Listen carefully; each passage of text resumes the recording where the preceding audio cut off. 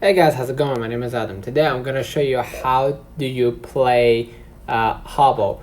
Habbo basically it's a virtual world and massively multiplayer online game. It is owned and operated by Sulek, founded in 2000. Habbo has expanded to 9 online games communities, and then with the users over 100 for with users from more than 150 countries. All right.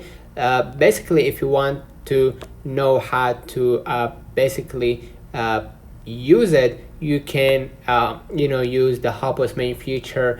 Is the hotel the consistent of a client made using the Unity platform. The hotel can be across by logged in users via the Habbo homepage, and when the user accesses the hotel, they are brought to a screen colloquially known as the hotel view or landing view. From that screen, members can navigate to the virtual rooms via the navigator and browse the rooms of the hotel, and you can look for items to buy in the catalog, private message friends on their friends list, or enter their present